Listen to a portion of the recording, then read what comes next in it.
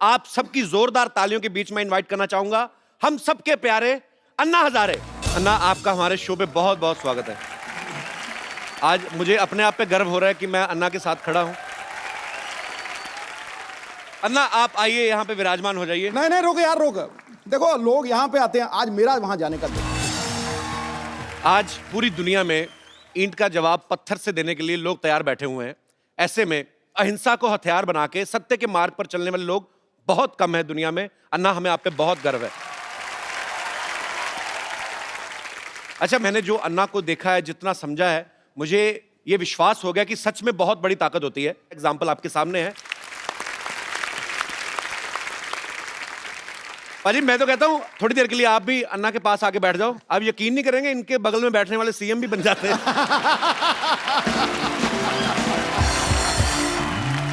मेरा दिल कर रहा है कि मैं थोड़ी देर बैठा रहूं, चुपचाप अन्ना को देखता रहूं। आपने इतने शो किए हैं, इतने एक्टर्स, इतने बड़े बड़े लोग जी, क्या आपको कभी लगा था कि एक मंदिर में रहने वाला फकीर आदमी उसके साथ भी आप शो करेंगे? मैंने अन्ना, बहुत बहुत धन्यवाद आपका, आप आए।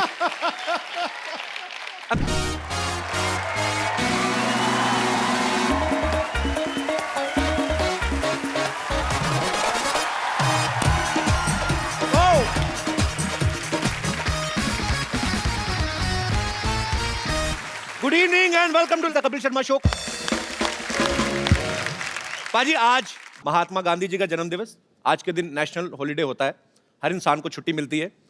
लेकिन सही मायनों में देश को छुट्टी मिलनी चाहिए आतंक से, क्राइम से, बेरोजगारी से, और तभी ये सही मायनों में एक सच्ची श्रद्धांजलि होगी बापू गांधी को। पहले हम अज्ञानता के गुलाम हुआ करते थे, आजकल टेक्नोलॉजी के हो गए बाजी। आप देख लो, पहले जो आदमी पढ़ा लिखा नहीं होता था, हर जगह अंगूठा चलाता था। हाँ। अब टेक्नोलॉजी इतनी बढ़ गई है कि अंगूठा दोबारा वापस आ गया है। आप किसी ऑफिस जाओ, कॉर्पोरेट ऑफिस में जाओ, आप अंगूठा दिखा के एंट्री होती है। हाँ। वीजा लगवाने जाओ, अंगूठा लेते हैं। हाँ। हर जगह अंगूठा चलता है। पहले आप देख लो, अंगूठा किसी को दिखाते थे तो लगता था ठेंगा दिखा रहा है। हाँ। आजकल लाइक का सिंबल हो गया ये कि आई लाइक इट। आइए। देख लो, आप खुद देख लो। हाँ। एक जमाने में पाजी, एक गुरु ने अपने शिष्य से अंगूठा मांग लिया था, उसने दे भी दिया था। आज कोई गुरु मांग के देख ले, शिष्य कहेगा भाई 4 वाली चाहिए, 4 उंगलियां ले लो, अंगूठा नहीं मेरे को देना। क्योंकि अंगूठे के बिना काम ही रुक जाएगा पाजी। सारा व्हाट्सएप और आजकल की दुनिया में टेक्नोलॉजी जो है इतनी हावी हो गई है, मोबाइल फोन्स, आदमी का मुंह सर ऐसे झुका रहता है बाजी। हाँ। लोगों को लगता है कि बेचारा संस्कारी है।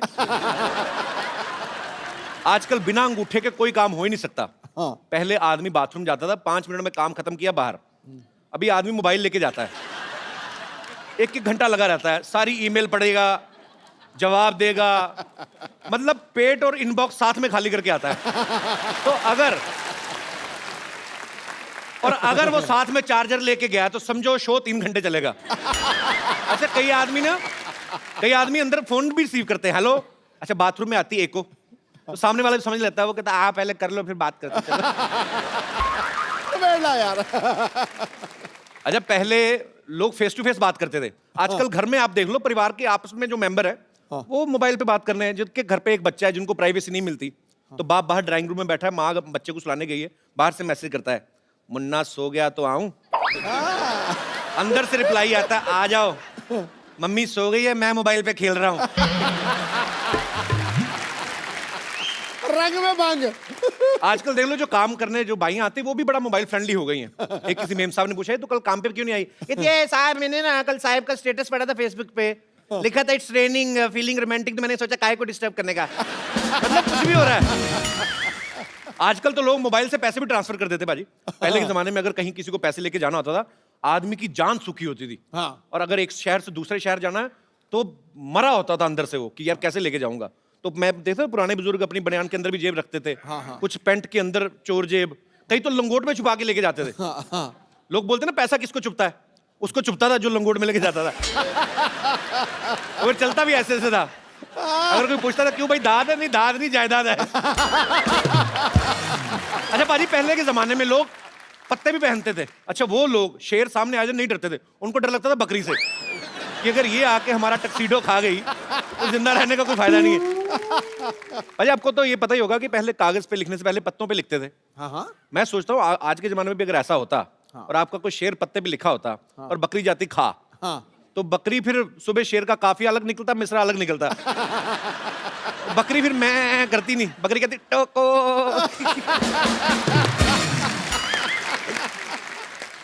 अच्छा, आजकल तो लड़का लड़की एक दूसरे को जानते नहीं, फेसबुक पे सीधा फ्रेंड रिक्वेस्ट भेज देते हैं। पहले के जमाने में जवान लड़कों को अगर कोई लड़की पसंद आती थी शादियों में, तो पहले किसी बच्चे को पटाते थे, उसको चॉकलेट देते थे, फिर उसके हाथ में मैसेज भेजते थे।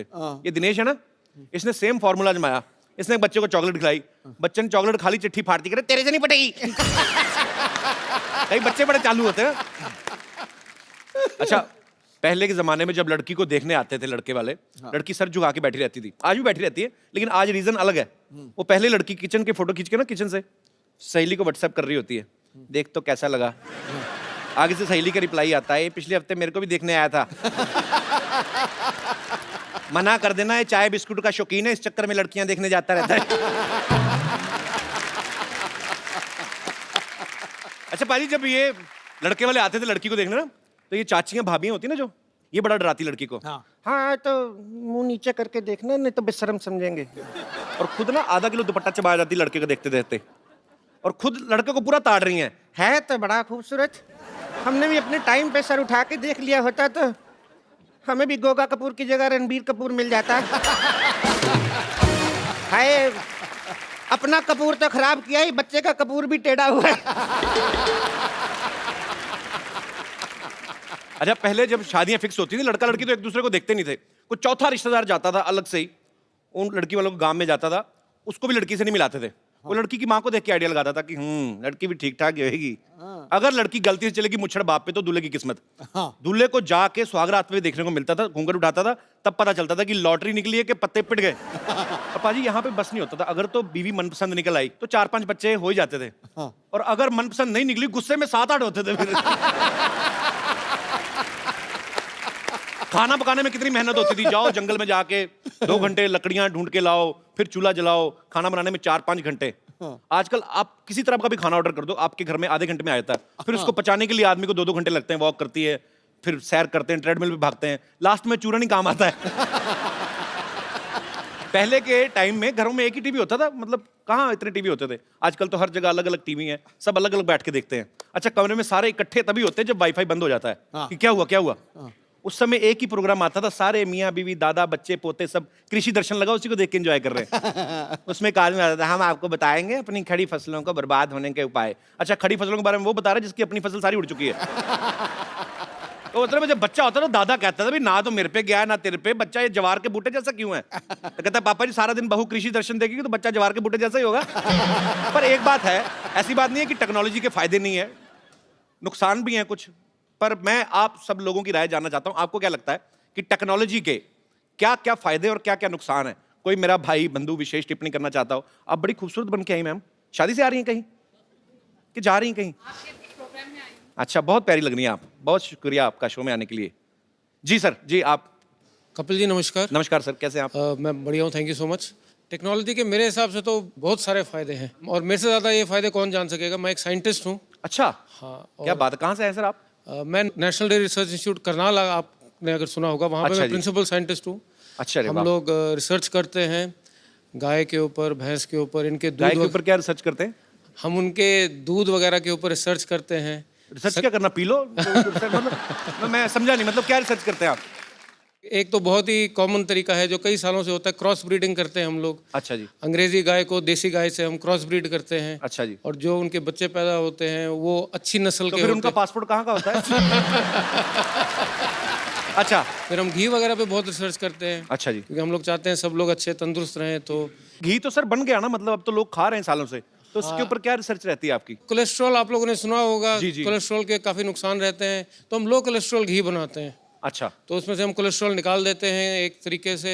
अगर ऐसा पॉसिबल है जैसे गाय को रोज ट्रेडमिल पे दौड़ाओ तो वही कोलेस्ट्रॉल कम वाला घी दे, ऐसा होता है? मतलब ऐसे पूछ रहा हूँ, साइंटिस्ट आप हैं, मुझे आइडिया नहीं। पर सीरियसली अगर देखो बाजी, आप आदमी लेके अपनी गाय को सुबह लेके भागे तो उसके दूध में फैट हो ही ना, कितना हो नहीं सकता सर ऐसे पॉसिबल?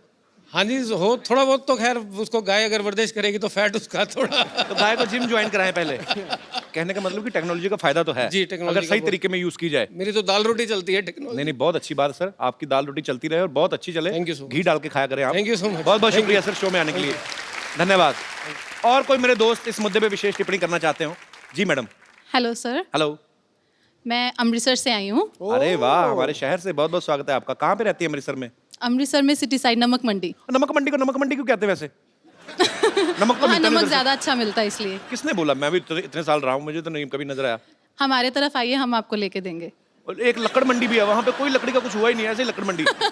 जी, तो आप क्या विशेष टिप्पणी करना चाहेंगी? एडवांटेजेस हैं उसके टेक्नोलॉजी के, पर बहुत सारे डिसएडवांटेजेस भी हैं। आजकल बच्चे बहुत ज़्यादा उस पर फोकस करने लग पड़े हैं। जी, जी। हम लोग उनको कहते हैं कि भाई चलो अपना होमवर्क मिला है, कुछ सर्च कर लो उसके ऊपर, जी। तो वो पढ़ाई के छोड़ के कोई डोरेमोन ढूंढ रहा होता है, कोई अपना कुछ ढूंढ रहा होता है। तो जी, इसके जी। बहुत साइड इफेक्ट्स हो रहे हैं बच्चों के ऊपर। ये तो है, सच्ची बात। आजकल ग्राउंड वो होती नहीं जो गेम जो पहले जब कोई खेलते थे इंडोर मिट्टी में। हाँ, कोई हम नहीं बच्चे रही। मिट्टी में मिट्टी हुए पड़ते थे, 15-15 बच्चे। माएँ पहले 15 बच्चों को नहलाती थी, फिर अपना पहचान के लेके आती थी। वो सिस्टम ही खत्म हो गया है एक्चुअली। मेरा 1.5 साल का बेटा है, वो हर टाइम मोबाइल पे स्टिक रहता है। 1.5 साल का? हाँ,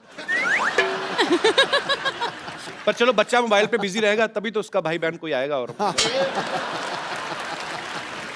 ये बिल्कुल सही पॉइंट उठाया मैडम ने कि एक्चुअली ये माँ बाप के हाथों में है। आप अपने बच्चों को थोड़ा टेक्नोलॉजी से दूर रखें, थोड़ा बचपन एंजॉय करने दें, उसके बाद जब बड़े हो जाएंगे अपने आप सीख जाएंगे। चलिए, बहुत बहुत शुक्रिया मैम आपका शो Thank में आने you. के लिए। Thank you.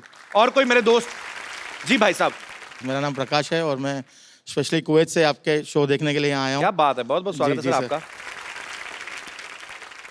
Actually Kapil ji, मैं ये आपसे कहना चाह रहा था कि टेक्नोलॉजी से नुकसान ही है, फ़ायदे तो नहीं है। और इसमें ऐसा है कि जो लोग अपने आप को बहुत होशियार समझते हैं, शातिर समझते हैं, जी। क्लेवर समझते हैं, वो अभी क्लेवरनेस और वो शातिरपना अभी रहा नहीं है कपिल जी। उसका कैसे मुझे मेरे साथ एक वाकया हुआ है, उसका जी। मैं आपसे शेयर करना चाहता हूँ मेरा वाकया। एक दिन मैं अपनी कॉलीग फ्रेंड के साथ दुबई मॉल में परचेसिंग कर रहा था। कुछ चीज़ मुझे अपनी वाइफ के लिए भी पसंद आ गई। तो किसके साथ शॉपिंग कर रहे थे? अपनी फ्रेंड के साथ, जो वाइफ को नहीं बताया मैंने। जस्ट और फ्रेंड। जी जी जी जी सर। हाँ। और कुछ चीज़ मुझे अपनी वाइफ के लिए पसंद आई। अच्छा। मैंने परचेस की, मतलब व्हाट्सएप पे उसका फ़ोटो खींचा, वाइफ को भेजा। मैंने देखो आपको अगर पसंद आती है तो मैं ले आऊँ आपके लिए, ये 2-3 चीज़ें हैं। तो वाइफ ने कहा ठीक है, ये वाली मेरे लिए पसंद है, ले आओ। लेकिन उसने वो टैग पढ़ा, उस दुकान का नाम देखा और उसने इमीडिएटली ऑनलाइन कैमरा आजकल हर का अवेलेबल है ही सही जी। और उसने घर बैठ के देखा कि मैं किसके साथ हूँ, कहाँ हूँ, कैसे हूँ। और जब मैं घर वापस आया, उसने पूछा आप किसके साथ थे? मैंने कहा मैं तो किसी के साथ नहीं था, मैं तो अकेला था। बोला ये आपका वीडियो है, ये देखो, आप इसके साथ थे।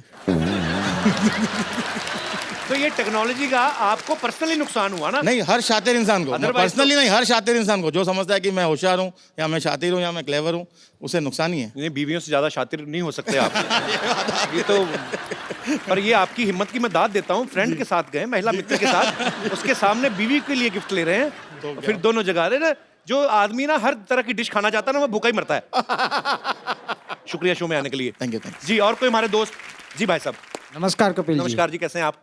मुझे ये टेक्नोलॉजी से बहुत चीड़ है सर। चिड़ है? हाँ, व्हाट्सएप एंड फेसबुक से। अच्छा मैं एक वाक्य सुनाना चाहता हूँ मेरा। जी, प्लीज। 15 साल पहले मेरी शादी हुई थी। अच्छा जी। तभी ये फेसबुक और व्हाट्सएप कुछ नहीं था। अच्छा। तो जब रिश्ते आते थे तो मम्मी पापा के पास आते थे, तो जी। उनको उनके मम्मी पापा अच्छे लगते थे तो रिश्ते आगे बढ़ते थे। राइट। तो 2-3 रिश्ते तो ऐसे ही उड़ गए। अच्छा। अभी मैं शादी लायक था, एक रिश्ता आया, मम्मी पापा को तो पसंद आया। अच्छा। कि चलो इनके मम्मी पापा अच्छे हैं। उन्होंने लड़की देखी, लड़की देखने के बाद मुझे बताया कि रिश्ता आया है। अच्छा। तो मैंने सोचा कि चलो अभी मुझे भी देखने जाना रहेगा। अच्छा। तो मैं देखने गया तो लड़की ने थोड़े नखरे किए और 2 मिनट ही देखने को मिला। अभी उसमें कैसे पसंद करे? 2 मिनट में तो 3 घंटे भी देखोगे, लड़की तो वही रहेगी ना, बदलेगी लड़की थोड़ी तो ना। वही रहती है, मगर 2 मिनट में देखने में कैसे पसंद पर करेंगे? टेक्नोलॉजी का इसमें क्या लेना देना हुआ? सर आजकल फेसबुक हो गया है। हाँ। अगर लड़की का नाम आया फेसबुक पे, मैंने डाला हेतल, तो 10 हेतल आ जाएगी, उसमें से मैं चॉइस कर सकता हूँ अच्छा। कौन सी हेतल है। तो अगर तो आपको इस बात से चिढ़ है कि आपके टाइम पे वो क्यों हाँ नहीं जी था? सर, अगर 15 साल पहले ये आ गई रहती हाँ। तो मैं सबसे पहले घर में देख लेता और मम्मी पापा को बोल देता मुझे ये हेतल पसंद है। अभी जिनसे शादी की वो पसंद है आपको? मेरे नसीब अच्छा था कि मुझे जो पसंद थी उसके साथ ही लड़की, उसके साथ ही शादी हो गई। नहीं, आपको बोलना पड़ रहा है ऐसा कि सच्ची में ऐसा नहीं है? नहीं सर, सच्ची में सच्ची में। अच्छा। Yes sir. तो उनको साथ नहीं लाए? नहीं, साथ में आई है मेरी वाइफ, अच्छा, साथ कैसे में हैं ही है। आप? बहुत बढ़िया। चलिए, बहुत अच्छा लगा देख तो के आप उसके साथ लिए में। मुझे बहुत चीड़ है। पर नहीं, अभी देखिए आपको तो अच्छी बीवी मिल गई ना, बीवी तो अच्छी आपकी मिल गई, पसंद की है। Yes sir. तो अभी चिढ़ क्यों? छोड़ो ना। मगर सर फेसबुक रहता तो और भी चॉइस मिलती ना सर। आप सुन रही हैं? अभी भी थाली भरी पड़ी है, इनको है कि मैं कहीं एक सब्जी टिका लूंगा। चलिए, बहुत अच्छा लगा सर आप हमारे शो में Thank आए। you, sir. काम क्या करते हैं आप मुंबई में? सर बिजनेस, किस चीज का? Garment manufacturing. ओके, तो आप भी अपनी दुकान के पहनते हैं? नहीं सर, मैं लेडीज के बनाता हूँ, जेंट्स के नहीं बनाता हूँ।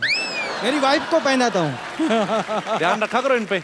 आपने लेडीज के कपड़े ही क्यों चुने, जेंट्स के क्यों नहीं चुने आपने? सर उसका You racist? एक कारण है। यस सर, उसका एक रीजन है। जी। मैं आपको बताता हूँ कि जब शादी हो जाती है तो आदमी सबसे पहले अपनी बीवी के लिए ही कपड़े खरीदेगा। जी। बाद में अपने बच्चे के लिए, जी। और कुछ बचेगा अपने पास तो अपने लिए खरीदेगा। आए, तो so sweet. बीवी लेडीज के कपड़े में कमाई ज्यादा होती है ना सर। पॉइंट है आदमी की बात में। चलिए, बहुत बहुत शुक्रिया आपका शो में आने के लिए। Thank you sir. मेरे पास एक बड़ा खूबसूरत सा गिफ्ट है भाई साहब के लिए। भाई साहब, आपको बड़ी प्रॉब्लम है, उस समय में ये नहीं होता था, वो नहीं होता था। मैं आपको एक फ़ोन दे रहा हूँ, बड़ा खूबसूरत मोबाइल है, इसमें सब कुछ है। अपनी बीवी को छोड़ के जिसको मैसेज करना करिए। बहुत बहुत शुक्रिया sir. Thank you so much. Thank you, congratulation. पाजी, आज मुझे ना बहुत संभल के और बड़ा सतर्क रह के बोलना पड़ेगा। अरे भाई, फिर कॉमेडी कैसे होगी? कॉमेडी भले ही कम हो जाए पाजी, लेकिन थोड़ा सा मजाक गलत हो गया ना, मैटर सीरियस हो जाएगा। ओ, सुन, तू सच बोलियो। जी। जब भी द्वंद्व हो, सीधा चलो, सच के रास्ते पे चलो, नैतिकता से कोई समझौता मत करो, कोई पीठ नहीं लगा सकता। क्या बात है। तो आज हमारे मोहल्ले में वो महान शख्सियत आ रही हैं जिन्होंने हिंदुस्तान को एक नई दिशा दी और देश के हित में हमेशा ही अपनी आवाज उठाई। सच की लड़ाई के लिए इन्होंने बहुत आंदोलन किए, धरने किए। ये बहुत ही बड़े समाज सेवक हैं। तो आप सबकी जोरदार तालियों के बीच में इनवाइट करना चाहूंगा हम सबके प्यारे अन्ना हजारे। अन्ना, आपका हमारे शो पे बहुत बहुत स्वागत है। आज मुझे अपने आप पे गर्व हो रहा है कि मैं अन्ना के साथ खड़ा हूं। अन्ना, आप आइए, यहाँ पे विराजमान हो जाइए। नहीं नहीं, रोक यार, रोक। देखो, लोग यहाँ पे आते हैं, आज मेरा वहां जाने का दिन। आज पूरी दुनिया में ईंट का जवाब पत्थर से देने के लिए लोग तैयार बैठे हुए हैं। ऐसे में अहिंसा को हथियार बना के सत्य के मार्ग पर चलने वाले लोग बहुत कम है दुनिया में। अन्ना, हमें आप पे बहुत गर्व है। अच्छा, मैंने जो अन्ना को देखा है, जितना समझा है, मुझे ये विश्वास हो गया कि सच में बहुत बड़ी ताकत होती है। एग्जाम्पल आपके सामने है। पाजी, मैं तो कहता हूं थोड़ी देर के लिए आप भी अन्ना के पास आके बैठ जाओ। आप यकीन नहीं करेंगे, इनके बगल में बैठने वाले सीएम भी बन जाते हैं।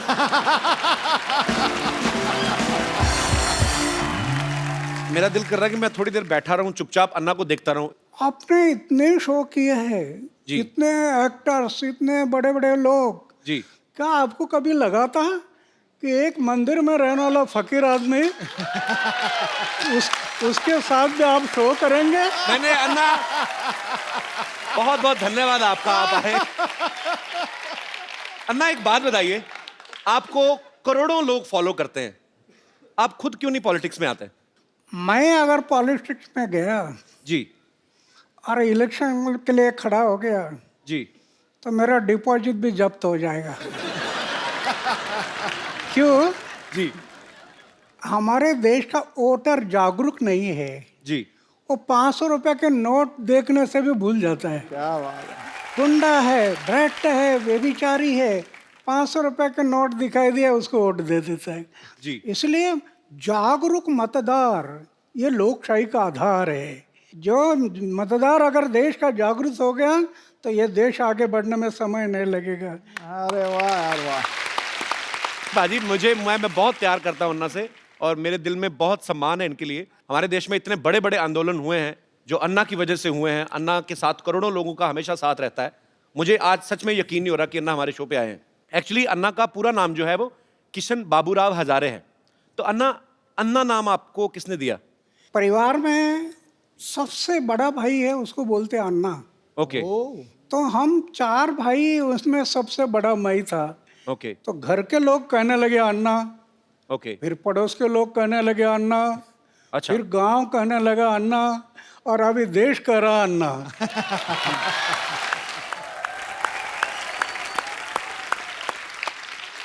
अन्ना, जितना मैं जिंदगी को समझता हूं, जितना मैंने देखा है, मेरी शादी हुई नहीं, आम आदमी जो है, अच्छा आम आदमी भी आजकल आप बोलते हो तो अपने आप खास हो जाते हो। आम आदमी को बीवी की सेवा से फुर्सत नहीं मिलती अन्ना, फिर आप देश सेवा, मानव सेवा, आपको ये प्रेरणा कहां से मिलती है अन्ना? ये जो प्रेरणा है, जी। जैसे मैं अपने जीवन में जो सोच रहा था, जी अरे क्या चक्कर है, जन्म में आता कुछ लेकर आता नहीं, जाता कुछ लेकर जाता नहीं, उम्र भर मेरा मेरा मेरा मेरा मेरा मेरा, हाथ में कुछ नहीं, लैटरिन का डब्बा गुम हो गया तभी सोचते बैठते मेरा किस लिए जीता। एक दिन मैंने सोचा आत्महत्या करना। एक स्वामी विवेकानंद की किताब हाथ में आई, जी पढ़ना शुरू कर दिया और एक ही बात समझ में आ गई, हर इंसान के लिए मनुष्य जीवन मिला सेवा करने के लिए मिला। 25 साल की उम्र में मैंने तय किया कि जब तक मैं जीऊँगा मेरे गांव, मेरा समाज और मेरे देश की सेवा करूँगा, और जिस दिन मैं मरूँगा गांव, समाज और देश की सेवा करते करते मरूँगा। ये मैंने व्रत लिया। अरे वाह।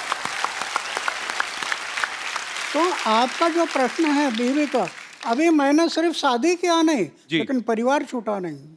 जी छोटा 4 दीवारों के अंदर एक छोटा सा परिवार में करना था, जी वो छोटा ना करते हुए बड़ा बन गया। क्या बात है। पूरा देश परिवार हो गया। अच्छा अन्ना, आपको याद है आपने आज तक कितने आंदोलन अनशन किए होंगे आज तक पूरी जिंदगी में? जब मैंने तय किया कि जब तक जीऊंगा समाज और देश के भलाई के लिए जीऊंगा, जी तो समाज के भलाई के लिए, देश के भलाई के लिए 16 बार मैंने अनशन किया। वाह। राइट टू इन्फॉर्मेशन, ये कानून जो बना पहले हमने बनाया, वो क्या बात है। राइट टू इन्फॉर्मेशन पूरे देश में अभी लागू हो गया, गरीब लोगों को न्याय मिलने लगा। जी ऐसे महाराष्ट्र में 8 कानून बनाए। अभी अभी लोकपाल का बिल जी। सरकार नहीं कर रही थी, रामलीला मैदान पर बैठ गया जी और आंदोलन शुरू किया। सरकार एक ही बात के लिए डरती है, जी वो सिर्फ मोर्चा और धरने से नहीं डरती, सरकार सिर्फ गिरने से डरती है। ये डर जब लगता है ना, तो ऐसे कानून बनाती है सरकार। अन्ना, जब मैं बचपन में मेरी माँ से मेरा झगड़ा हो जाता था, मतलब कभी कभी भाई होता है कि आपकी माँ से नाराजगी हो गई, तो यहाँ कोई भी बात मनवाने के लिए तो मैं खाना नहीं खाता था। पता है वो होता ना बच्चे को भी, बच्चे बड़े चालू होते ना, बच्चों को पता माँ देख नहीं सकती कि मेरे बेटे ने खाना नहीं खाया, तो मैं खाना पीना छोड़ देता था ना, तो अपनी बात मनवाने के लिए। तो ये आपका भी बचपन में कुछ ऐसा ही स्टाइल था? मतलब जब मैं ऐसे ही पूछ रहा हूँ। ऐसे मेरे बारे में हुआ था। अच्छा। हमारे घर के अमीरी नहीं थी, जी गरीबी थी। एक त्योहार आ था और मैं माँ को बोला, एक अन्ना दे दो, एक अन्ना। अच्छा। एक आना बोलते थे ना पहले। जी जी जी। मुझे प्रेस करना है कपड़े के।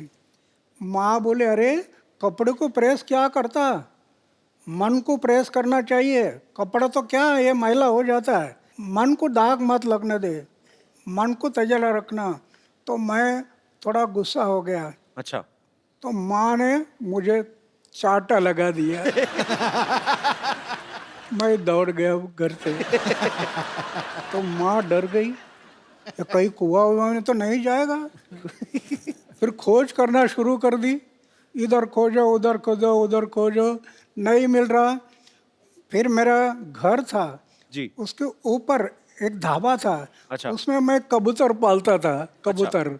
तो पीछे के रास्ते से मैं आकर ऊपर बैठ गया और सब देख रहा था, कौन कौन कैसे दौड़ रहा है, कौन सा कैसे भाग रहा है, ये माँ कैसे कर रही है, ये सब मैं देख रहा था। और फिर किसी ने मुझे देखा अच्छा। और कहा, अरे अन्ना तो ऊपर है। अच्छा। फिर वो देखने के लिए आए तो मैं मिल गया। तो ऐसे बात हुआ था मैं भी एक बार माँ के साथ, लेकिन वो माँ है। जी बिल्कुल, वो माँ है। हाँ तो फिर भगवान ही हो गया ना। तो तो मतलब खाना पीना नहीं छोड़ते थे आप बचपन में? नहीं नहीं, खाना तो रहे। खाना तो छोड़ता था समाज के भले के लिए। जब अनशन पर बैठता था जी। तब खाना छोड़ता था। क्या बात है। हर इंसान की अपने दिल और दिमाग के बीच लड़ाई चलती है। अन्ना के दिल और पेट के बीच लड़ाई चलती है। पेट को जैसे ही पता चलता है ना कि दिल ने ये डिसीजन लिया है कि मुझे अनशन करना है, पेट को टेंशन हो जाती है कि अब मैं भूखा रहूंगा, क्योंकि दिल ने तो डिसीजन ले लिया। तो अन्ना, इतने इतने दिन, कई कई दिन तक आप खाना नहीं खाते हो, तो कैसे आप, कौन सी शक्ति जो आपको ऊर्जा देती है? समाज और देश के भले के लिए मरने की तैयारी रख दिया ना, जी। तो दिन गिनने की जरूरत नहीं। वाह। अच्छा ना, मैंने खुद टीवी पे देखा है, करोड़ों लोग सड़कों पे आ गए थे जब अन्ना का 4 साल पहले आंदोलन शुरू हुआ था। अन्ना, जब लोग आपके साथ जुड़ते हैं तो फिर जो लोग चाहते हैं, कुछ ऐसे भी होते हैं मेरे जैसे कि भूख लग गई अब क्या करें, तो बीच में आधे घंटे के लिए गायब नहीं होते लोग, मतलब क्या, मतलब ऐसे पूछ रहा हूँ कि वो आपके हौसले की वजह से टिके रहते हैं एक्चुअली। हाँ, नहीं, मैं तो ये जो अनशन करते हैं ना, जी वो सही अनशन नहीं, वो तो दिखाने के लिए अनशन होता है, जी। इसलिए बीच में गायब हो जाते हैं। मैं कभी अनशन पर बैठ जाता है, जी कोई भी बात का मैं पीछा करता हूँ, जी और जब आखिरी समय आता तो फिर करेंगे मरेंगे, इस इरादे से बैठ जाता है। वाह। जब मैं बैठ जाता हूँ तो मेरी ऐसी धारणा है, अरे हार्ट अटैक आकर लोग मरते हैं ना, हार्ट अटैक, हम पढ़ते हैं ना अखबार में, जी रात को 10 बजे तक गप्पे लड़ाई और सवेरे चाय पीने के लिए उठाए नहीं। मेरी ऐसी धारणा है, जी हार्ट अटैक आकर मृत्यु आना, जी इसके बजाय समाज और देश की सेवा करते करते मृत्यु आ गया तो ये मेरा सौभाग्य है। क्या बात है। अच्छा अन्ना, आप 4 भाई हैं, जैसे नॉर्मल परिवार में होता है कि जैसे एक दुकान है पिताजी की, तो एक भाई अगर बीमार है तो दूसरा जाके दुकान पे बैठ गया, ऐसा कभी हुआ है कि आपको समय ना लगा और दूसरा भाई जाके अनशन पे बैठ गया हो? I mean, आपकी फैमिली की तरफ से भी सपोर्ट होता था आपको हमेशा?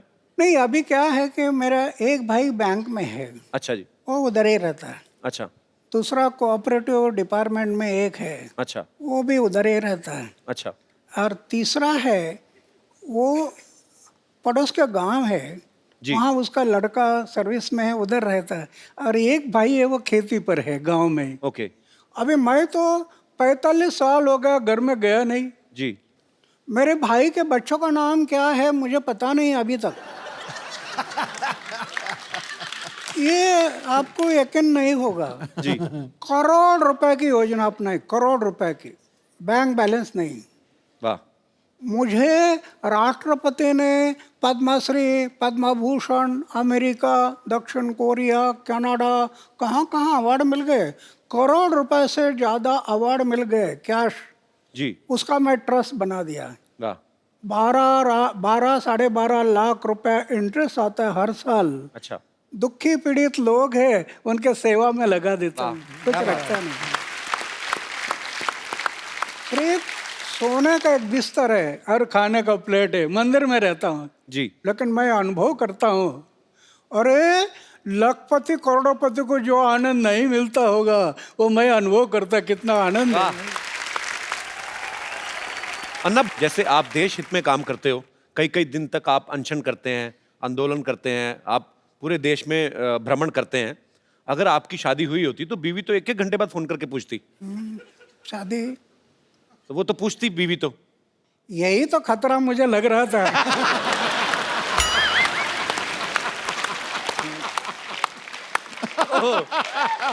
और इसके कारण मैंने तय किया कि शादी नहीं करना। और दूसरी बात ये है, 79 ईयर के इस उम्र में जी बैचलर रहते हुए भी इतना भी दाग नहीं जीवन में, इतना भी। वाह, क्या बात है। ये भगवान की कृपा है। अगर दाग लग जाता मेरे जीवन में तो इन लोगों ने मुझे तोड़ मोड़ देना था। वाह। आज कुछ नहीं कर सकते, कुछ नहीं कर सकते। अन्ना, एक बात और जहन में आती है, मैं बच्चा हूँ, आपने पूरी दुनिया देखी है, जैसे मैंने भी अन्ना अभी शादी नहीं की, मतलब करनी है मुझे। करना है? हाँ करनी है, मेरा दिल करता है। करो। पर मैं जी मेरे जैसा रहना तलवार के धार पर चलने से कठिन है। ये तो है। बहुत, ये मन बड़ा चंचल है, कब धोखा देगा पता नहीं। सही बात है। अच्छा ना, लेकिन हमारा जो समाज है, जैसे आपने निर्णय लिया कि मुझे शादी नहीं करनी है, लेकिन रिश्तेदार जो होते हैं ऊपर से ज्यादा प्रेशर करते हैं, तो आपके रिश्तेदारों से कैसे बचे फिर आप? बहुत हुआ। अच्छा। माँ एक लड़की अल्लाह कराते हैं दिखाने के लिए, अच्छा मैं बोलता ये पसंद नहीं है। अच्छा। दूसरे आया, पसंद नहीं है। मतलब देख लेते थे आप? रिश्तेदार भी कई लड़की दिखाने के लेकर आते हैं। अच्छा, मैं बोलता पसंद नहीं है। ये लोग सब कहने लगे इसके दिमाग पर कोई असर हो गया, अच्छा। तो पागल हो गया वो। उस टाइम पर उन्होंने मुझे पागल में निकाला, ये मेरे लिए अच्छा हो गया।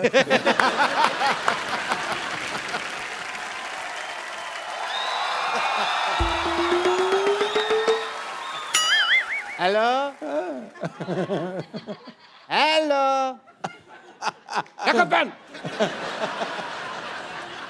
अरे what A patriotic day. Anna Hazare साहब आए हुए हैं। सर नमस्कार। माई सेल्फ डॉक्टर मशहूर गुलाटी, MKNJ मतलब? मैंने कहा जी नमस्ते दिख नहीं रहा, कर भी रहा हूँ फिर भी पूछ रहे हो यार। ओके अन्ना जी, आप अहिंसा के पुजारी हैं। बैठिए डॉक्टर साहब, इधर आइए। आज वैसे नहीं बिठा रहे? नहीं नहीं। क्यों? अन्ना के सामने बदतमीजी नहीं करनी, बैठिए। इतनी इज्जत आज तक इस आदमी ने मुझे नहीं दी।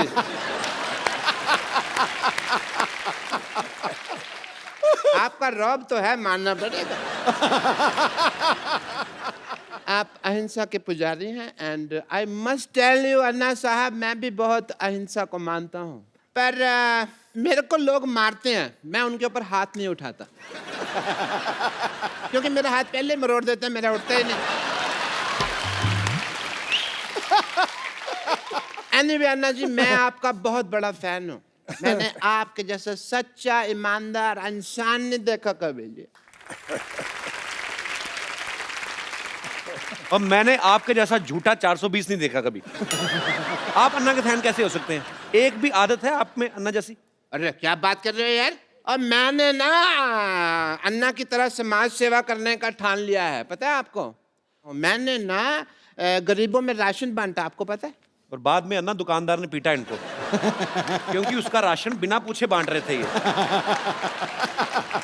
भाई मुझे नहीं पता था ना कि दान देने के लिए पूछने की जरूरत होती है। मैंने तो ये सुना था कि राइट हैंड से दान दो तो लेफ्ट हैंड को पता नहीं चलना चाहिए, तो मैंने ये बाएं हाथ जेब में डाल लिया। पर दुकानदार ने देख लिया, फिर दाएं बाएं दोनों से उसने मुझे पीटा। खैर छोड़ो इस बात को। आपको पता है कि एक बार मैंने 4 लोगों के साथ मिलके एक बुजुर्ग आदमी को सड़क पार कराई है। तो आप अकेले भी करा सकते थे, 4 लोगों की क्या जरूरत थी? वो मान नहीं रहा था ना सड़क पार करने को, तो जबरदस्ती की मैंने। मैंने कहा इसकी सुनेंगे तो हम तो कभी समाज सेवा कर ही नहीं पाएंगे ना। आपको इस बात के लिए मार पड़ सकती है डॉक्टर साहब। अहिंसा के पुजारी यहाँ बैठे हुए हैं और तुम हिंसा की बात कर रहे हो। अच्छा अन्ना जी एक बात बताइए, आप अनशन पे बैठते हैं, धरने पे बैठते हैं, आपको कोई कुछ नहीं कहता, मेरे को उठा के बाहर फेंक देते हैं, ऐसा क्यों? तुमने कब दिया धरना? तो झूठ बोल रहे हो आप तो। मैंने धरना दिया ना, पब्लिक गार्डन में 200 दिन धरना दिया मैंने। अन्ना इसने पता क्या किया? ये पब्लिक गार्डन में बैठ गए, बैठे बैठे इन्होंने वहां पे जाके कमरा बना लिया एक। उसको धरना थोड़ी, उसको तो कब्जा बोलते हैं। कमरा नहीं बनाया था, 2 BHK बनाया था वहां पे। अन्ना ये आदमी बहुत झूठा है, ये नकली डॉक्टर है, इसके पास ये डिग्री भी फर्जी है। फर्जी? चुप कर रहा है। फर्जी डिग्री कैसी है? मैंने 10,000 रुपए में खरीदी है ये डिग्री। Get out! पाजी आपको पता है? आप सबको पता ही होगा, पर मैं फिर भी बताना चाहता हूं कि अन्ना के ऊपर एक फिल्म बन रही है जिसका नाम भी अन्ना है। अन्ना देश सेवा करते करते आपने तो खैर आप तो दिल से कर रहे हैं, पर आपने कभी सोचा था आपके ऊपर कभी कोई फिल्म बनाएगा कोई डायरेक्टर? एक फकीर आदमी उस पर ऐसे फिल्म बनेगी ये मुझे सपना में भी कभी नहीं लगा था। लेकिन जो काम खड़ा किया है जी वो पूरे देश में फैल गया था जी। और हमारे जो रविंद्र जैन के भाई है मनेंद्र जैन जी, उनको लगा कि ये काम समाज के सामने जाना बहुत ज़रूरी है। बहुत जरूरी है जी। वो मुझे बताने लगे कि ऐसे ऐसे फिल्म बनानी है जी और उसमें जो काम करने वाले लोग हैं जी। इन्होंने इतना मेहनत किया। मैं फौज में था, बर्फ में रहा, 7 साल बर्फ में रहा, जी तो मैंने 6 डिग्री माइनस हिमालय में उधर जाकर उन्होंने शूटिंग किया। तो ऐसे कई जगहों पर जो काम हुआ वो जनता देखने से उनको जरूर इसमें प्रेरणा मिलेगी, नव युवकों को प्रेरणा बिल्कुल मिलेगी। बिल्कुल। आप फिल्में वैसे देखते हैं कभी अन्ना? अभी मैं फिल्म नहीं देखता, पहले देखते थे पहले जब आप- देखता था। मेरी उम्र थी 13-14 साल की, तब मैं फिल्म देखता था। अच्छा। और भी ऐसा देखता था कि नया फिल्म का फर्स्ट शो अरे क्या बात है। अगर फर्स्ट शो चला गया तो मुझे इंटरेस्ट नहीं आता फिर क्या बात है, सबसे पहले देखनी है। उस टाइम पर। अन्ना मैं आपको कुछ फोटोग्राफ्स दिखाऊं, आप पहचानेंगे कौन है? ये है अन्ना टीवी में, इनको पहचानते हैं आप? हाँ, दिलीप कुमार जी है। अरे क्या बात है। और दूसरी एक और दिखाइए। अन्ना इनको पहचानते हैं आप? ये उस टाइम पर इतना नहीं थे। इनका नाम पता है आपको? हाँ, नाम तो अभी भूल गया है, पर लेकिन जानता हूँ। अन्ना ये शाहरुख खान है। शाहरुख खान, शाहरुख खान है। अन्ना इनको पहचान रहे हैं आप? वैजयंतीमाला है। ये अपना वो दिलीप कुमार और वैजयंतीमाला साथ में थे ना फिल्म जी में। जी जी। नया दौर में कौन थे? नया दौर। क्या बात है, नया दौर में जी। और दिखाइए। अन्ना इनको जानते हैं आप? अन्ना ये मुझे बहुत अच्छी लगती हैं, मतलब अच्छे तरीके में अच्छी लगती है, मतलब बहुत अच्छा काम करती हैं ये। अच्छा, अन्ना ये दीपिका पादुकोण है। दीपिका। दीपिका हाँ, बहुत प्यारी है अन्ना। ओके। पर अन्ना उस समय आपको कौन सी हीरोइन ज्यादा मतलब अच्छी लगती थी आपको, खूबसूरत? नहीं उसमें क्या है, ये जैसे हीरोइन है तो मैं उनका काम पर देखता था, उनके हाव भाव, उनके एक्टिंग, वो मुझे जो पसंद आते थे। जी। देखने के लिए अच्छे लगते, ये मुझे अच्छे नहीं, उनका काम। कप्पू और कप्पू हे कप्पू, क्या है? वो किशन जी आने वाले थे, आए क्या? कप्पू आई!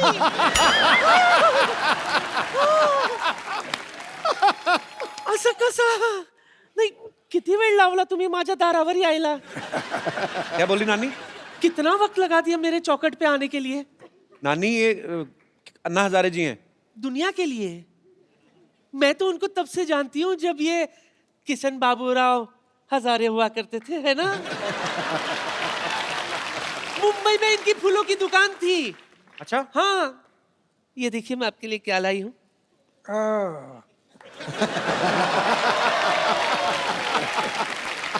आपको याद है मैं रोज आपकी दुकान से एक फूल खरीदा करती थी?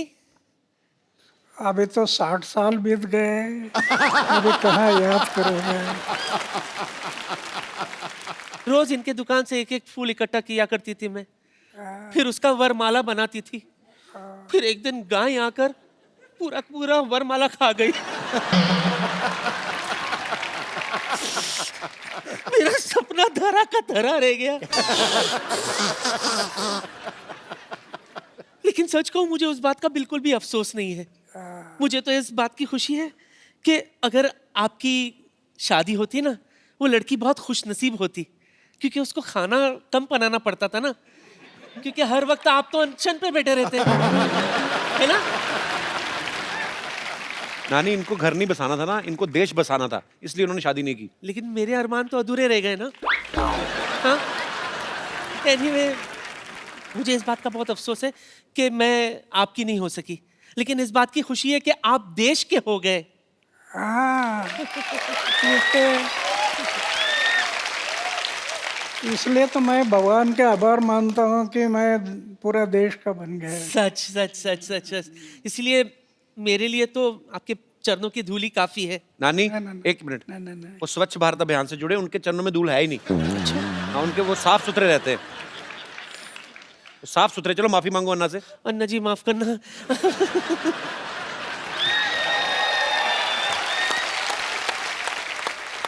अच्छा अन्ना, हमने सुना है कहीं पे आपके बारे में पढ़ रहे थे, तो ऐसे सुना था कि फौज में जब आप भर्ती होने गए तो जो मापदंड होते हैं प्रॉपर की, हाँ फिजिकल फिटनेस और ये सब चीजें, तो एक दो चीज़ों में शायद आप पास नहीं हुए थे, तो उसके बावजूद भी उन्होंने आपको फौज में भर्ती किया, तो उसके पीछे क्या कारण था अन्ना? 1962 में चाइना ने हमारे ऊपर हमला किया, जी।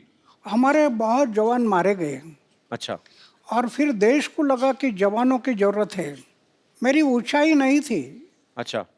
छाती चौड़ी नहीं थी, जी। लेकिन इमरजेंसी थी, देश को युवकों की जरूरत थी, अच्छा। इसलिए मेरा सिलेक्शन हो गया। मैं 14 लोगों का कमांडर था ये जाते समय। अच्छा। तो हम सब लोग 14 लोग थे। उन्होंने सोचा कि जब तक शरीर में प्राण है तब तक देश की सेवा, समाज की सेवा करनी, ये तय किया। और मेरी छाती चौड़ाई ये कुछ नहीं थी, जी। फिर भी देश की सेवा करते रहे, वाह। और 15 साल के बाद मैं पेंशन पर आ गया है। वाह। और ये सच्ची बात है, ये हमारे जवान जो हैं, जब आप फौज में भर्ती होते हैं, उनकी ट्रेनिंग बहुत मुश्किल होती है, और ट्रेनिंग के बाद जब उनको अपॉइंट किया जाता है, जब उनकी पोस्टिंग होती है, और मेरा सैल्यूट करने को दिल करता है हमारे जवानों को।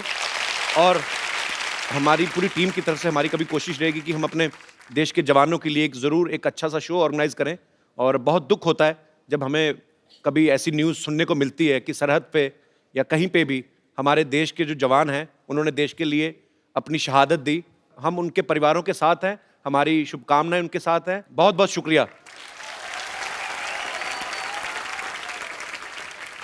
अच्छा ना, ऐसे ही मन में सवाल आया, जैसे मेरे 3 मामा हैं, तीनों ही आर्मी में थे, तो वो कहते थे कभी कभी हमें ना बर्फ में पीनी पड़ जाती है, मतलब ऐसे ही।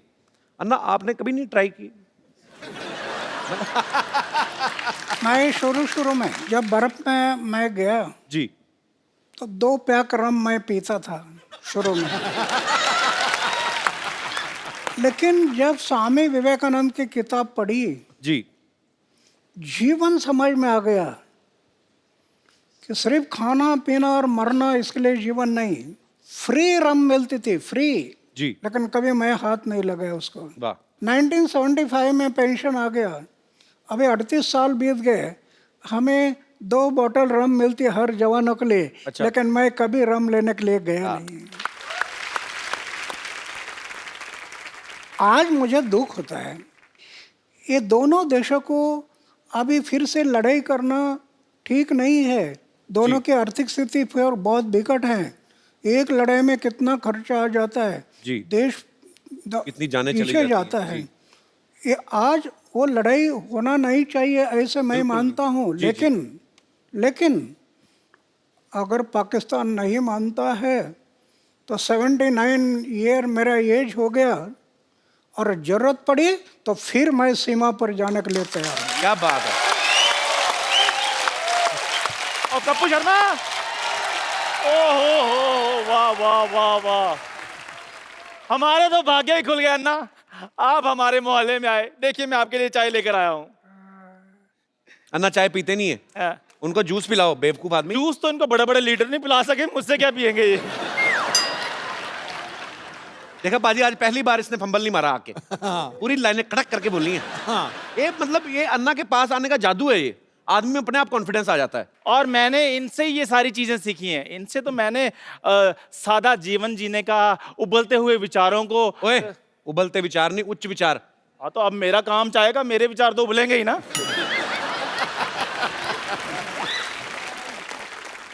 अन्ना, वैसे मैं भी बड़ा सिंपल सा हूँ, लेकिन आपको जब देखता हूँ ना तो मेरे में अंदर एक अजीब किस्म का कॉन्फिडेंस आ जाता है। लेकिन जब मैं बड़ी बड़ी जगह पे जाता हूँ मेरा कॉन्फिडेंस थोड़ा लूज हो जाता है। तो कभी आपके साथ भी ऐसा हुआ है कि आप 5 स्टार होटल में गए हो और छुरी और कांटा पकड़ते पकड़ते आपको भी कुछ थोड़ा कॉन्फिडेंस ऐसे हो गया हो? मैं इतना टूर करता हूँ जी। लेकिन होटल में कभी जाता नहीं। वाह वाह। एक बात है, जी। गया तो उसको याद नहीं रखता, भूल जाता हूँ। ये याद रखना ये घातक होता है। जी। जी। इसलिए मैं याद नहीं रखता। इसको भी अन्ना, इसके माता पिता ने याद नहीं रखा, भूल गए वो। अच्छा अन्ना, मुझे एक बात प्लीज बता दीजिए कि मैं एक आम आदमी चाय बेचने वाला हूँ, मैं कहाँ तक पहुँच सकता हूँ अपनी लाइफ में? अरे हमारा देश का उदाहरण है ना, जी। चाय बेचने वाला आदमी भी पंतप्रधान बन सकता है ना। क्या बात है। अन्ना आशीर्वाद दे दीजिए ताकि मैं अपनी लाइफ में बहुत ज़्यादा आगे बढ़ूं। Thank you very much, thank you very much.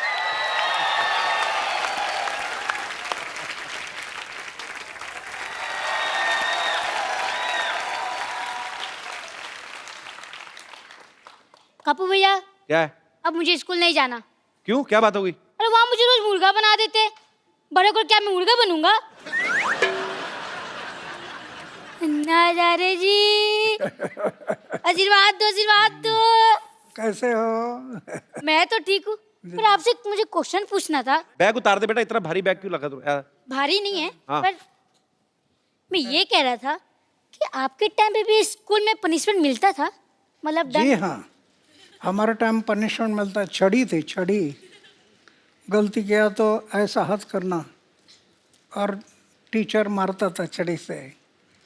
तो वो तो मेरी हमारे हैबिट है। मराठी में कहावत थी, छड़ी लागे छम छम, विद्या ये घम घम।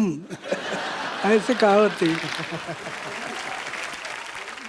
लेकिन अन्ना आजकल बंद हो गया है स्कूलों में ना, अभी नहीं, आजकल नहीं मारते। अभी मारने के लिए परमिशन नहीं, जी। इसलिए तो शिक्षा का दर्जा डाउन हो गया। अन्ना ये मेरे को बड़े सवाल इसने मुझे बोला था कि मैं अन्ना से पूछना चाहता हूँ। जैसे आजकल ना बच्चे मोबाइल पे ज़्यादा गेम्स खेलते हैं, तो अब ये बच्चों की तरफ से ये सवाल था कि आप बचपन में क्या खेल खेला करते थे? हम तो गांव में लगोरी थी, लगोरी। अच्छा। ये पत्थर एक के ऊपर एक रखना, हाँ। और उसको तोड़ना। हाँ फिर ईटी डांडू, वो हाँ, डंडा वो और डंडे ईटी गिल्ली के साथ। गिल्ली डंडा। घुमाना। फिर खो खो, हाँ कबड्डी, जी। ऐसे खेल हम लोग खेलते थे। तो शरीर भी फिट रहता था। हाँ, आप मोबाइल वगैरह सब सीखना है, लेकिन साथ साथ चारित्र को संभालना, आचार शुद्ध रखना, विचार शुद्ध रखना, जीवन निष्कलंक रखना, दाग नहीं लगना जीवन में, बेदाग जीवन है, तो आप कल के महापुरुष बन जाएंगे। अच्छा बेटा, समझ में आई अन्ना की बातें ना? चलो पाँव छुओ, आशीर्वाद लो, चलो।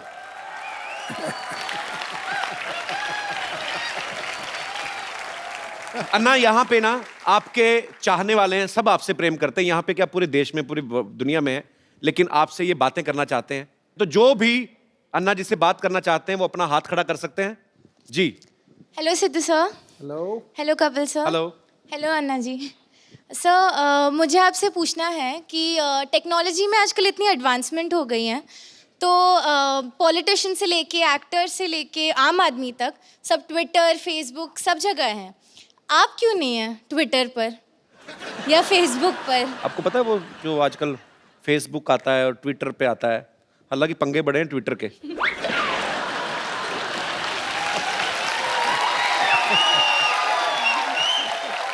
नहीं, मेरा ये दुर्भाग्य है कि मैं ज़्यादा पढ़ाई नहीं कर सका, लेकिन विज्ञान ये बढ़ते जा रहा है, दुनिया में आश्चर्यजनक प्रगति हुई है, टेक्नोलॉजी में बहुत डेवलप हो गया है।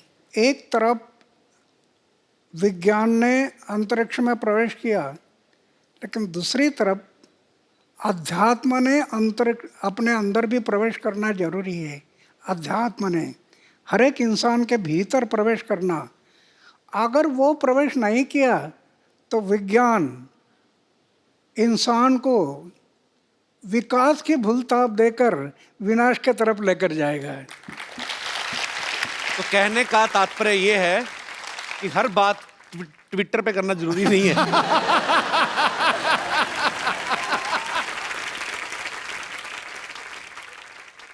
चलिए, बहुत बहुत शुक्रिया शो में आने के लिए। Thank you, ji. sir. और कोई मेरे दोस्त? जी भाई साहब। कपिल जी नमस्कार। नमस्कार आपको। सर, कैसे हैं आप? बिल्कुल बढ़िया। मैं बोकारो झारखंड से आया हूँ। क्या करते हैं आप? मैं विधायक हूँ बोकारो में, एमएलए हूँ मैं। अच्छा, एमएलए हैं। बहुत बहुत स्वागत है आपका। Thank you. अन्ना को मेरा प्रणाम है। और अभी आपने कहा अन्ना कि राजनीति से मैं दूर रहना चाहता हूँ, अगर मैं चुनाव लड़ूंगा तो मेरे जमानत जब्त हो जाएंगे। आपको या आपके जैसे विचार के लोगों को, अच्छे लोगों को राजनीति में आनी चाहिए।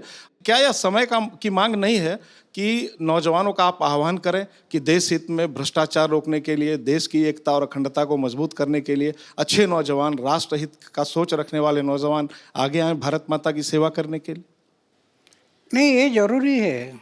मेरी ऐसी धारणा है, नवयुवकों ने राजनीति में जाना जरूरी है, ऐसे मुझे लगता है। क्या होता है, राजनीति में कई लोग जाते हैं, सत्ता से पैसा, पैसा से सत्ता, सत्ता से पैसा, पैसा से सत्ता, इसके पीछे घूम रहे हैं।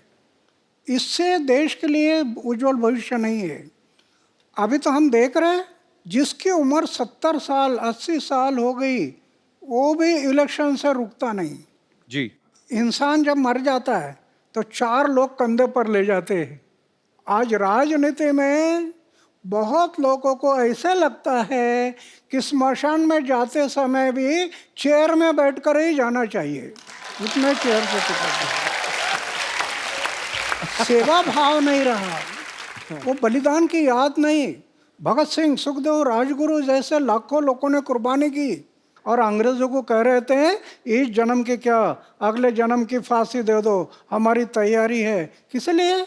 हमारी आज़ादी के लिए। उनको याद रखना है। थैंक यू अन्ना, बहुत बहुत शुक्रिया शो में आने के लिए सर। अब वक्त है आप सबको मैं उनसे मिलवाऊं जिन्होंने फिल्म अन्ना जो है डायरेक्ट की है और खुद उसमें अन्ना जी का किरदार भी निभा रहे हैं। आप सबकी जोरदार तालियों के बीच मिस्टर शशांक उदयपुरकर जी। तो शशांक जी ने इस फिल्म को डायरेक्ट भी किया है और खुद अन्ना जी का किरदार भी निभाया है। शशांक, आप उम्र में बहुत छोटे हैं, आपको मतलब कैसे आपके दिमाग में आया कि मैं ये किरदार निभाऊंगा या मुझे अन्ना जी के ऊपर फिल्म बनानी? आपका आइडिया था या मनिंदर जी का था? 2011 में पूरे देश की तरह मैं भी वो था जिसने अन्ना जी को रामलीला मैदान पर देखा। अच्छा। अन्ना जी को बिकॉज मैं इंजीनियरिंग कॉलेज में पढ़ रहा था, तो मैं हवा में उड़ रहा था। अच्छा। जिंदगी में फिल्में देखनी, कॉलेज घूमना। अचानक जब इनको देखा तो मैंने ये कहा कि इनको क्या हो गया, 74 साल का आदमी सरकार से पंगा ले रहा है, ये तो गए काम से। शाम को जिस मोमेंट मैंने ये सुना कि अन्ना जी ने जेल से रिहा होने से मना कर दिया है, मेरे लिए 360 डिग्री शॉक था। एक इंसान सरकार के साथ पंगा लेने जा रहा है, अगर गलती से पुलिस का कोई लेटर भी आ जाए तो आदमी की हालत खराब हो जाती है। अन्ना जी कहते हैं कि ना मैं जेल से निकलूंगा और मैं यहीं अनशन शुरू करूंगा। मैं समझ गया था ये बिरला व्यक्तित्व है और ये जो चाहे वो कर सकते हैं।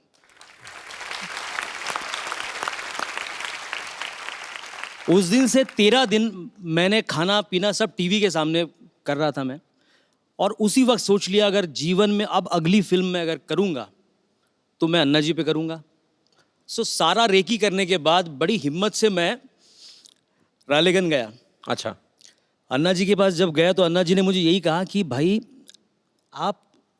तुम्हें काय करता,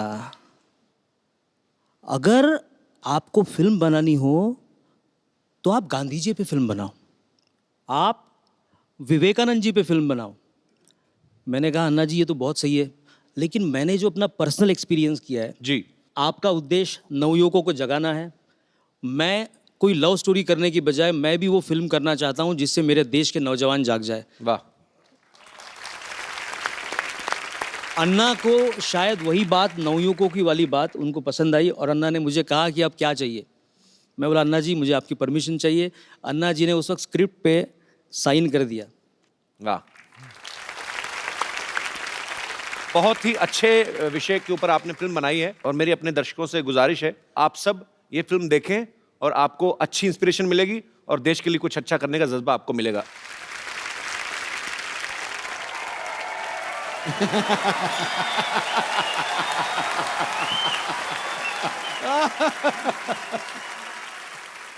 हमारा मांगे पूरी करो, हमारे मांगे पूरी भरो।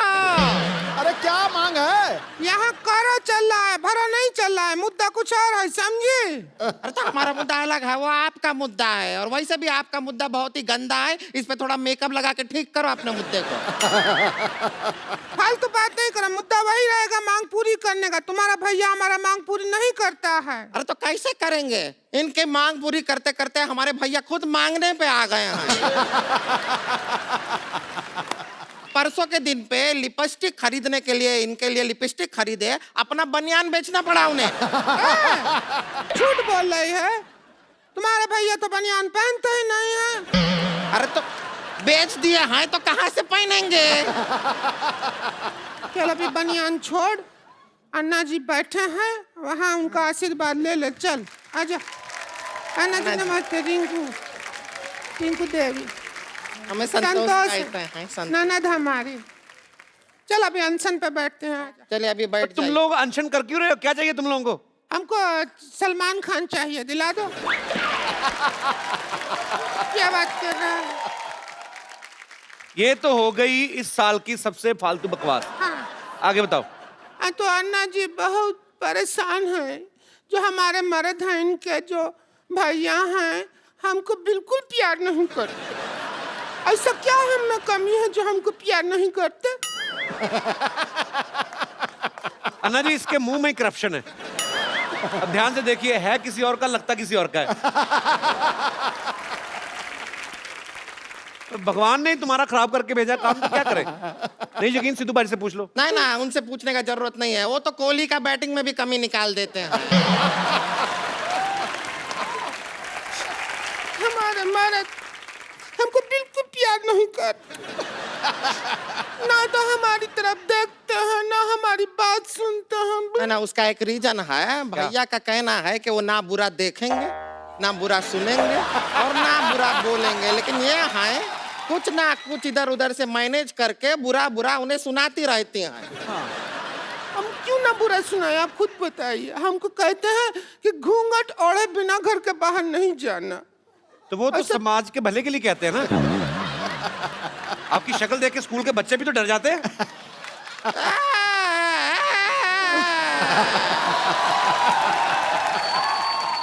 कुछ भी बोलते रहते हैं, बच्चे डर जाते हैं।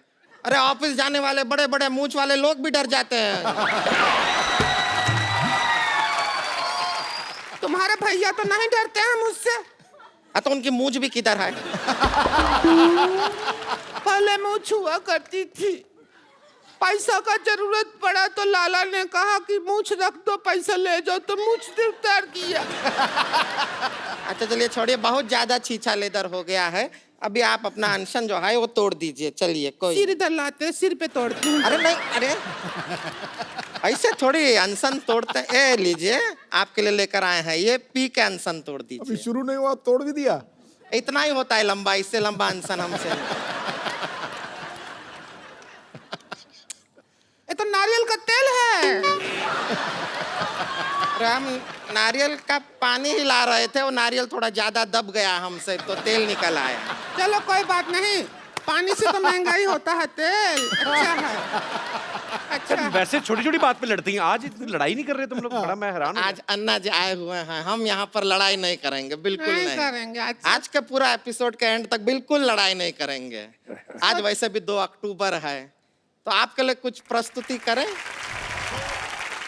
मैं अपने दर्शकों को बताना चाहता हूं कि मनिंदर जैन जी प्रख्यात म्यूजिक डायरेक्टर रविंदर जैन जी, ये उनके छोटे भाई हैं। धन्यवाद, बहुत बहुत धन्यवाद। तो मनिंदर जी, शशांक आपसे मिले थे आपकी ये आइडिया लेकर? शशांक मुझको मिला, पहली मुलाकात में मैंने हाँ कर दी। लकीली उस समय मेरे बड़े भाई रविंद्र जैन जी मेरे साथ में थे जी। उन्होंने भी सुना और उन्होंने तुरंत उसी समय 2 लाइन गाई थी, कोई तो है जो देश की चिंता करता है। उसी समय उन्होंने बोला था और मुझसे कहा था कि जाओ तुम इस फिल्म को ज़रूर बनाओ। वो मेरी इसकी शुरुआत थी। इस फिल्म में अन्ना जी जब 9 साल के थे तब इनकी माँ ने सिखाया, संस्कार दिए। इसके बाद मिलिट्री में रहे। तो ये जो एक 9 साल के बच्चे से लेकर के 79 ईयर्स तक का जो सफ़र है वो हमने किस तरह से दिखाया है, अगर आप इसको देखेंगे तो आप ताज्जुब कर जाएंगे।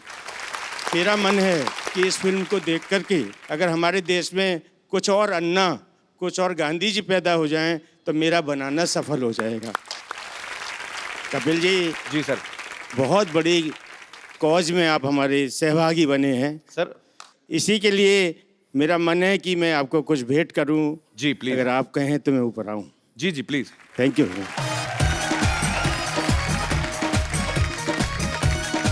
Thank you sir, thank you so much. Anna, हमारे शो में एक रवायत है, जो भी सब आते हैं हम लोग एक सेल्फी जरूर लेते हैं, आप सबके साथ भी एक।